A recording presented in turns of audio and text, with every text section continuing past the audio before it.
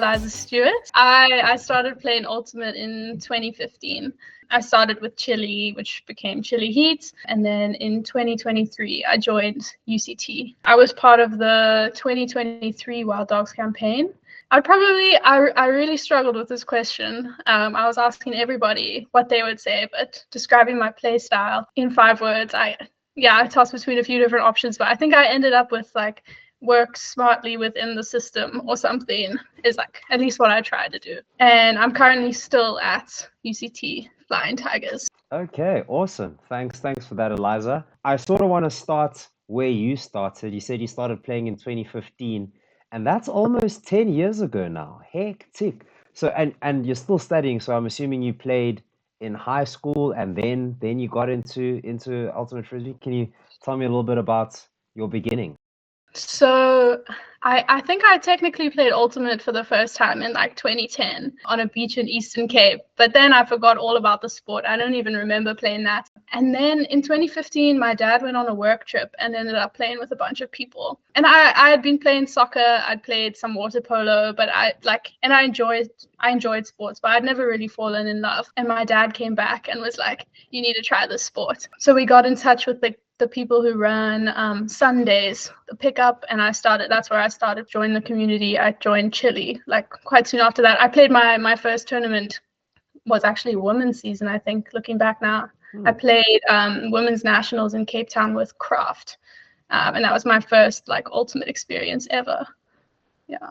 Oh, wild times, wild times. Shout out to Eliza's dad, Yeah. plugging us up to a ledge. Okay, so then you played Chile, and eventually now you're playing UCT.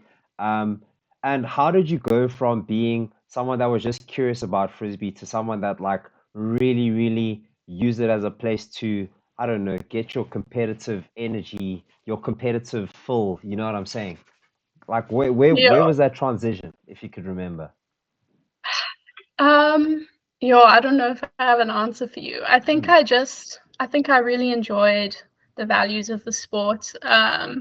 I immediately like enjoyed a lot of the people I met at Chile. So I'm not sure whether it was the competitiveness that drew me in initially, but I think also like the first time you get into frisbee, you're like, wow, like how is this thing happening here? And I never knew about it, Mm. especially as a 12-year-old. I was just very excited to be part of it. So I think that's what kept me around at the beginning. Okay, so basically, like the people that you had around you, which is, I'm finding a very common answer, like the amount that the people around you can sort of not just draw you in, but like keep you in. And you mentioned it was people at Chile that kept you Yeah, I mean, at that time, there was always a joke that they were all my parents. going. Now I can say I play Ultimate for my friends, but at the Shout out. time, they were all like my parents. Yeah, and it's great to see like Emma LaRue continuing the tradition of being. She's basically me at Chile a few years later. Ah, and you were also like, were you the only young person there? Like, and it was proper, well, Um, older people around you. I think I was the only one that stuck around. Uh, I actually struggle to remember. I mean, yours feels like a long time ago, but yeah, I was the only young one. Okay, okay.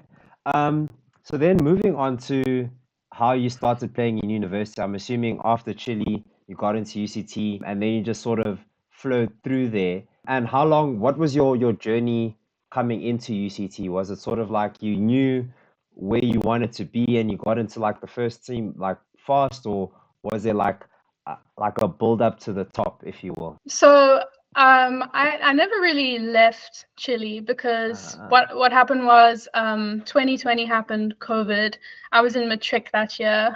So we had just won regionals in Cape Town and we were like looking really strong going into the season, and then it all got shut down. And then so not much happened that year. And then the year after that, I actually went overseas. So I kind of took, and I didn't play while I was overseas. I took kind of probably like a year and a half, 2 year break from Ultimate and came back. And then I applied to UCT, I got in, and I just um, Chile Heat. I was always very jealous. I wanted to go back to them, but I thought it would be best to go to UCT, make some friends. Yeah, so that's kind of how I came in to that. I still feel sad like seeing Chile go all the way to second, not first, but having such a successful tournament last year, I feel jealous thinking about that, because it still feels like my team in a lot of ways, but I am happy at UCT, and I'm like excited about kind of what we're cooking there. Ah, sweet, sweet. And just to talk about like what you're cooking and maybe the differences between the two teams. Obviously a club side operates differently to a university side like with like high turnover. So what do you think you brought to the UCT team? And also like what do you think you gained from that team that you wouldn't have got had you stayed at Chile? What I brought, I think it really, really helped to have, I think like obviously Alice is a great woman handler. I think having another kind of anchor for the other line that she couldn't be on really helped us throughout the season. I think that brings a lot to a team. Cornet and I that season were kind of like, we played a lot of dominator together, and I think it worked pretty well to get us into the top 4. And I think what I gained from it is, I think just having different perspectives. Like, I think there's nothing wrong with it, but like being at Chile my whole career around the same people, you like learn the same thing, you see the same like outlooks. It was quite good. I think it widened my abilities to be coached by someone completely different with completely different people, like have to learn new people's styles and things, because I think you can fall into a pattern of like, okay, like I know this person, I know exactly what they're going to do, and having to adapt to playing with new people was a fun experience. No, I could imagine that the journey of discovering like different people and finding yourself and how you relate to different people sort of unlocks different parts of you as a player. So yeah, that probably sounds pretty exciting. Sorry. And yeah, speaking of playing with new people, I'm sure that was like a similar experience that you had with the Wild Dogs, where well, most of the people were UCT people, but there were other players from outside. And how was that on your line specifically, if you can remember? I think we gelled really well, a lot of us from the beginning. I switched lines quite a bit. I even got switched to D line at some point in the tournament, which was not my favorite. It's kind of a miracle how well we all gelled, because I don't think it happens easily for most teams. But I think it happened. Maybe like it was all part of Dylan's coaching process and your coaching process, and like it happened subliminally for us. But you guys had it all planned out. But it felt like we gelled really well as lines quite early on. Yeah. Oh, that's pretty cool. I mean, frisbee is frisbee. And just thinking of like your play style from an outside perspective, whenever I watched you, especially for the Wild Dogs, the role that you sort of fulfilled was the shot taker, if you will, the person that probably took the most shots. And yeah, so with that comes different types of challenges. So because you take more shots, you're probably going to like concede more turnovers, but that's just because you're taking the riskier shots. And would you describe yourself as like that type of player, like a bold player, a player that like goes for goal? And if so, where does that come from? Like, is it a desire to win? Is it a just like I don't know, like where does that come from? I think I can be that way. I think Jason played that role a bit more at Wild Dogs, and I was a Mm, bit more reserved. Like you saw the stats he was gaining, like he's climbing up there. So I wouldn't necessarily say I played that role as much at Wild Dogs. Potentially at UCT with like a less experienced team, I have to take more like punt shots. But as for where it comes from, I think also I've just always loved to huck. So any opportunity, like if I see my player going deep, I think I can hit it. Like I'm gonna try. There's no reason not to, um, unless the defender I really rate. But I'm normally gonna at least try. Um, yeah. okay, all right, all right. And going back to like the Wild Dogs play and you playing for Wild Dogs. What made you want to be part of the Wild Dogs? Was it just you were playing Ultimate Frisbee for so long that, it's just a matter of time, or was it something that you've been thinking about for a while and then you were like, this is my chance, you know? That's that's quite a complicated question for me, because I actually didn't want to be a wild dog for quite a long time. Mm, Actually didn't even try out for the 2019 Wild Dogs. I think it's always felt complex to me the idea of becoming part of this team and going to represent the nation in what I know is not going to be a very like proportionally representative team. Yeah, especially racially, I felt uncomfortable at the idea of going on like a potentially all-white team to represent this country. So I think I felt like embarrassment at the idea of that, and like people seeing it on social media and being like, yo, what is this girl doing? But I think and I was quite resistant to going I can even for the remember. 2023 campaign, I think. But I ended up having lots of chats with you, talks with my parents, with different players, and I came to a place where I did want to be a wild dog. And I think one, it's just jealousy. I was jealous at the idea of all these people getting to go over and have this like international ultimate experience and like experience that level, and I wouldn't be part of it. And I think I realized like I could go do this and let it like create more drive in me for ultimate to help me like drive change when I came back. Mm, mm. And I can remember, I think I was gonna lead to that question, but you sort of got there before, because yeah, I can remember those conversations about representation, and yeah, it's interesting to hear that you sort of had to get to this place. And before we, if you don't mind, before we actually like dig deep into like what it means to represent, what were, well, besides the jealousy, what else sort of made you want to be a wild dog? Um, I really enjoy the idea of like having this big tournament that I could work towards, Mm, for like leveling up my own ultimate.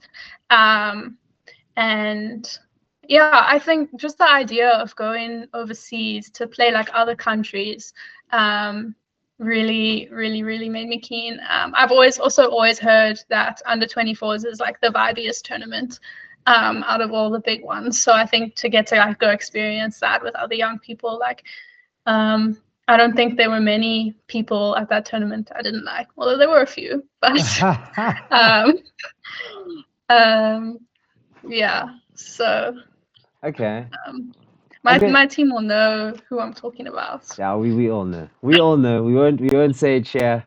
Throw it in the comments if you really want to, but we're not saying anything. We're all Yeah. friends.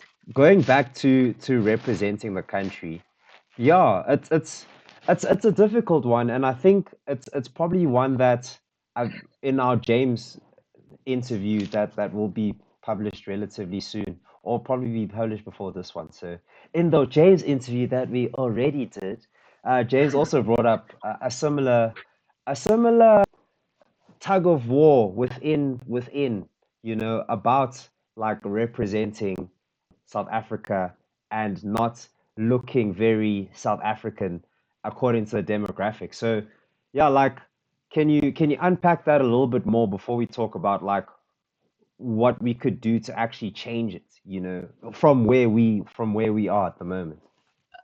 Well, one thing, I'm not going to say that it's not political because I am a humanities student, so like everything's political, all that. Mm-hmm. But I guess I'm saying it. I don't think it's when I've discussed these issues in the past, I've come up against people saying like keep the politics out of it, and we'll just bring people onto this team based on merit, and like we're just gonna send the best team, and like demographics don't matter. But for me, I see it differently. I think Mm-hmm. that as long as we're sending a team that's so demographically disproportionate, it means that there's like huge amounts of people in this country who can't access the sport, who can't access wild dogs and all of that. And I think until everybody has access, we're not going to be sending our best team. And that's not a political thing or a race thing, in that way. I think we genuinely, and I'm not saying anything about my teammates, I think we genuinely can't send our best team until everybody has equal opportunity. So I think that's where also my feelings come. It's not just like you're like bringing politics into this or kind of thing. It's just genuinely if we want to succeed on the world stage in this sport, which I think we all do, we need to recognize that we can't exclude most of the population from the sport. If that kind of thing is happening, we have to recognize why and try and like at least alleviate it. Okay, so in that vein, right? Because obviously I've had similar conversations. My experience was also one where, you know, just being able to go on a tour, it's just so financially inaccessible that why even try out in the first place, you know? Um, so yeah, that's the challenge that we face. But at the same time, it is a sport, it is recreational. So, it's not like money's just gonna come out the sky and everybody's just going to have access, right?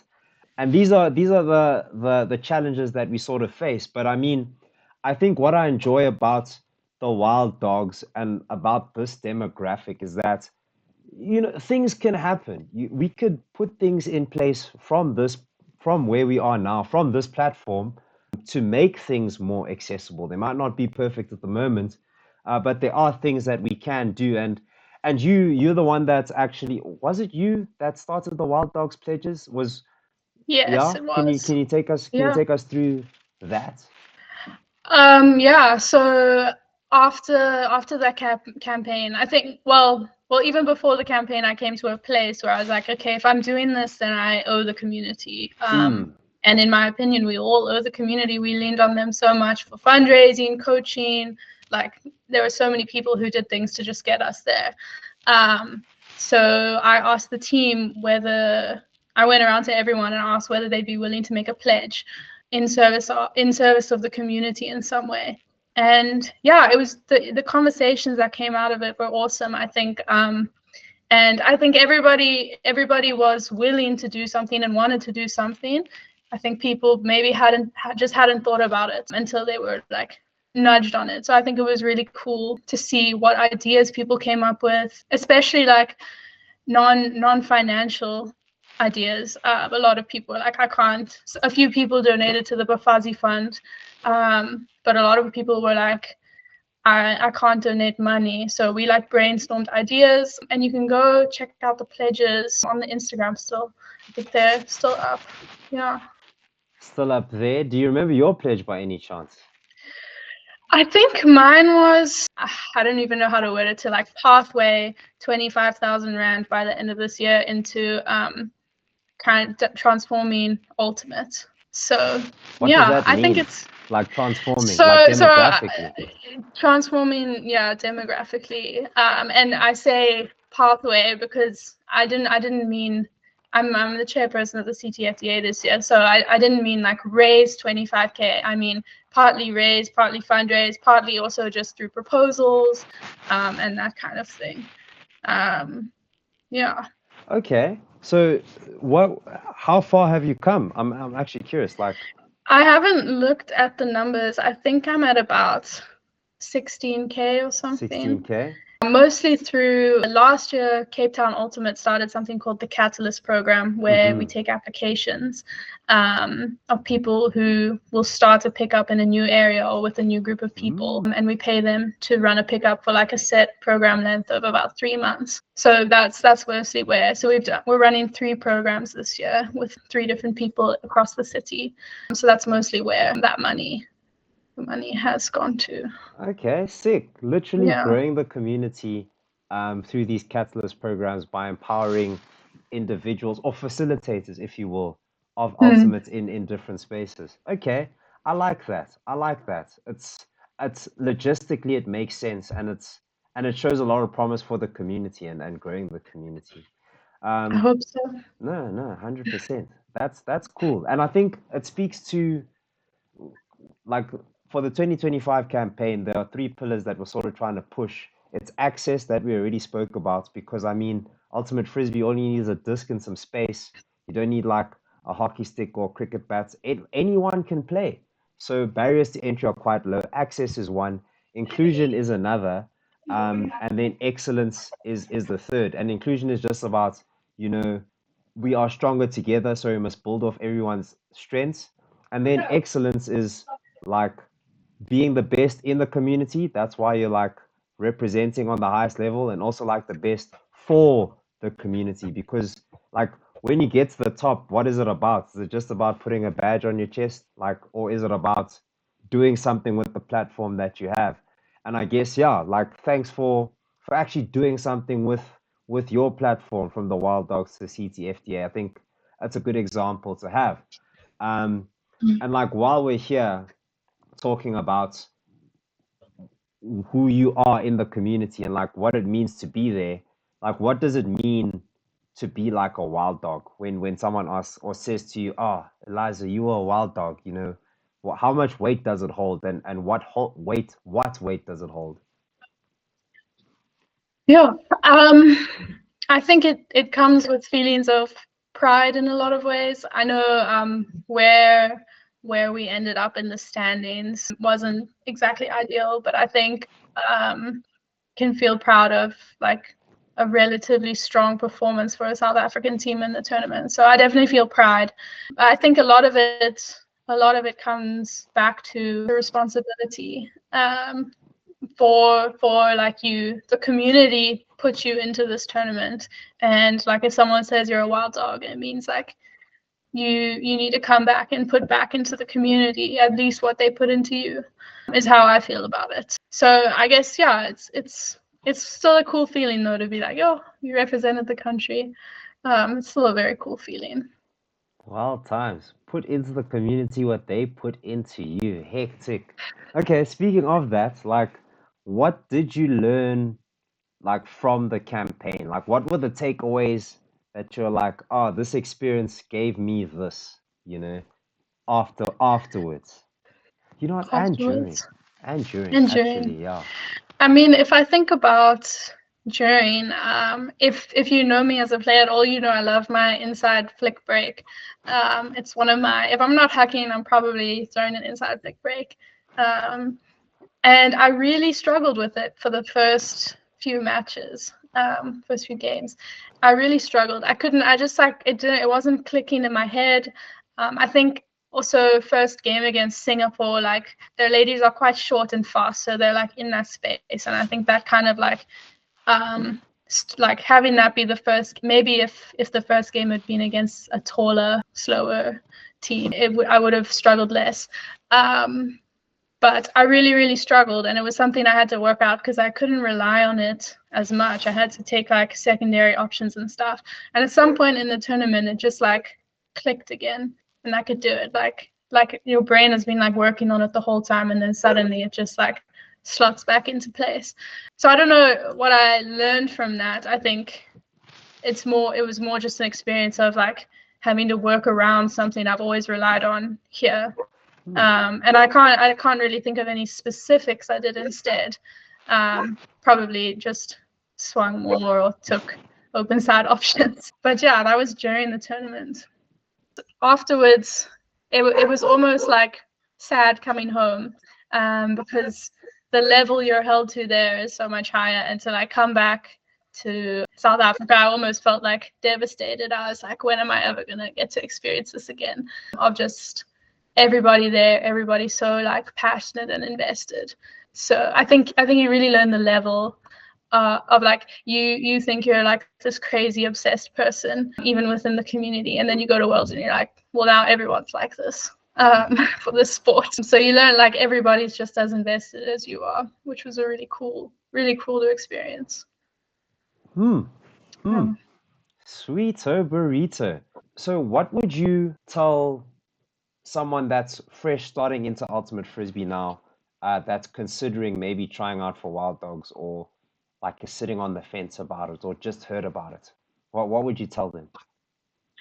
I would definitely tell them to just go for it. I think Ultimate, because we're such a young sport here, I think the growth we saw over the campaign of some of the players was huge, and people can like easily make those huge leaps and bounds if they just like throw themselves into the sport. Especially like with your campaign starting so early, there's a lot of time for people to develop.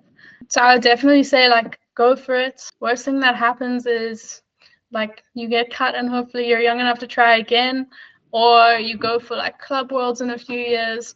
I think ultimate is a sport where you can, if you push yourself to it, you'll probably be able to end up at one of those big tournaments if it's really your dream. So just go for it. Hmm. Hmm. Yeah. Go for it, guys. You see, even that's how you're a champion. You have to go for it. Thanks again, Eliza. Champion and third last. Third last. Wait, 11 out of 15. Wasn't it 14? No, Wait, it was only was it not Colombia 16? and Finland. For real? us. Wait. Or were we 14th? I think we were 14th out of 16. That's what I heard. But then I saw another standings where the seeding put you guys like at 11th. But yeah, I remember you guys playing like China for like No. the second last. China, yeah, second last playoff. Yeah, that game is the one that hurts the most. Yeah. Yo. Or actually, I don't know, between that and Hong Kong. Yo. Those games, they hurt. Why did they hurt, Eliza? What happened? We don't talk about Switzerland. Yeah, we don't. I thought you don't talk about Finland. Oh, Switzerland. Is that a different one? Oh, Well, yes. Switzerland was our 15-2 loss. I honestly, like, there's no bad blood. It happened so fast that I don't even really remember. Like, they're just like us. What happened? Did they just like huck it deep and then there were no answers? Like, were you guys just Look, I underprepared? think they were athletically a lot stronger than us, and I think we were all a bit out of it. Yeah, I don't know what was in the air that day, because then later that day, I think we went on to beat Germany 15-6. So like, the universe was on our side or it wasn't that day. There was no in between. So I think it was later that day. I can't.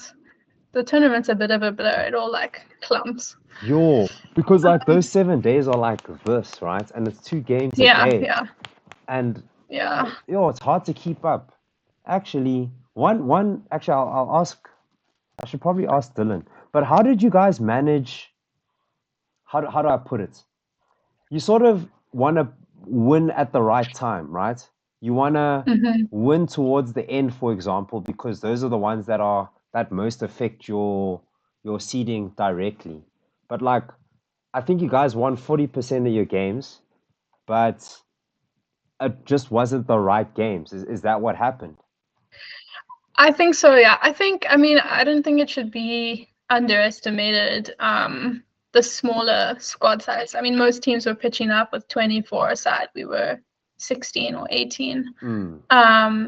So I think like that kind of toll it takes on you over like the 5, 6, 7 days, shouldn't be underestimated. I think it was the best option in terms of like, because it's such a new sport, like the pool of players to draw from, we don't have the depth other countries have. So I still think it was the right option, but it's something you're like balancing up.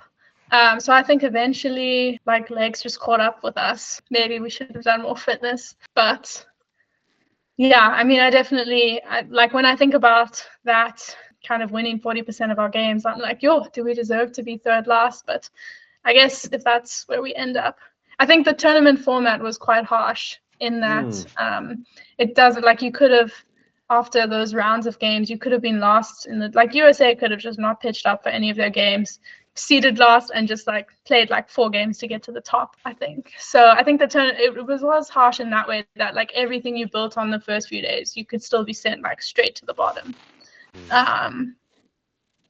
But yeah, I mean, we still had our moments, like beating, I think if you ask anybody from our campaign like what their favorite moment was, like beating Australia will at least come up, like that kind of like magic of that moment, even though in the end they placed like higher than us. I think just having that moment was amazing and made it worth it to be there in the first place. So yeah. Okay, I promise last question. What was your favorite moments of the campaign, now that you mention it?